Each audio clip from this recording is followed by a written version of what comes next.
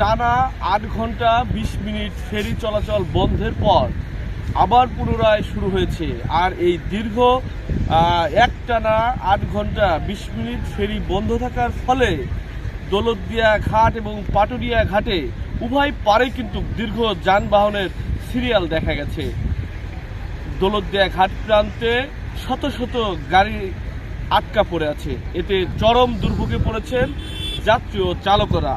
আমরা যদি আপনাদেরকে জানাই তাহলে বিআইডব্লিউটিসি আমাদেরকে জানিয়েছেন যে ঘন কুয়াশার কারণে রাত 12টা 40 মিনিটের পর থেকে এই দৌলতদিয়া পাটুরিয়া নৌ রুটে ফেরি চলাচল বন্ধ ঘোষণা করা হয়। আর এই সাময়িক ফেরি চলাচল বন্ধ ঘোষণার পর অর্থাৎ যানবাহনের চালক এবং পারাপাররত যাত্রীদের কিন্তু চরম দুর্ভোগ বেড়েছে, এমনটাই কিন্তু জানাচ্ছিলেন সকাল থেকে যাত্রী ও চালকরা।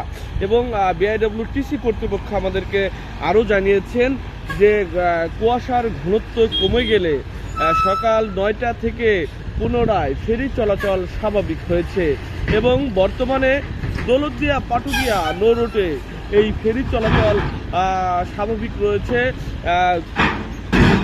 যাত্রী ও যানবাহন তারা পারাপার হচ্ছে। আমরা এই ব্যাপারে বিআইডব্লিউটিসি দৌলতদিয়া ঘাট শাখার ব্যবস্থাপক মোহাম্মদ সালাউদ্দিনের সাথে কথা বলেছি। তিনি আমাদেরকে জানিয়েছেন যে বর্তমানে দৌলতদিয়া পাটুরিয়া নৌ রুটে ছোট বড় মিলে মোট 17টি ফেরি চলাচল করছে এবং এই 17টি ফেরি দিয়েই যাত্রী ও যানবাহন পারাপার করা হচ্ছে।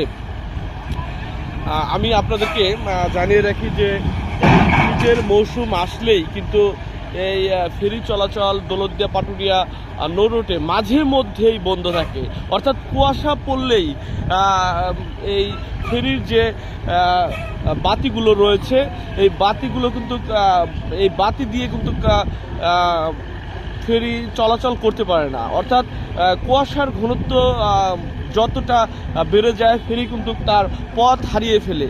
এই কারণেই কিন্তু বিআইডব্লিউটিসি তাৎক্ষণিক তারা সাময়িকভাবে ফেরি চলাচল বন্ধ করে দেয় এবং বিআইডব্লিউটিসি কর্তৃপক্ষ আমাদেরকে আরও জানিয়েছেন, তারা কিন্তু আমাদেরকে জানিয়েছিলেন যে এই ফেরি চলাচল বন্ধের কারণে কিন্তু এই দৌলতদিয়া পাটুরিয়া যে প্রান্ত রয়েছে মাঝ নদী, এই মাঝ নদীতে কিন্তু প্রায় 4টা ফেরি আটকা ছিল।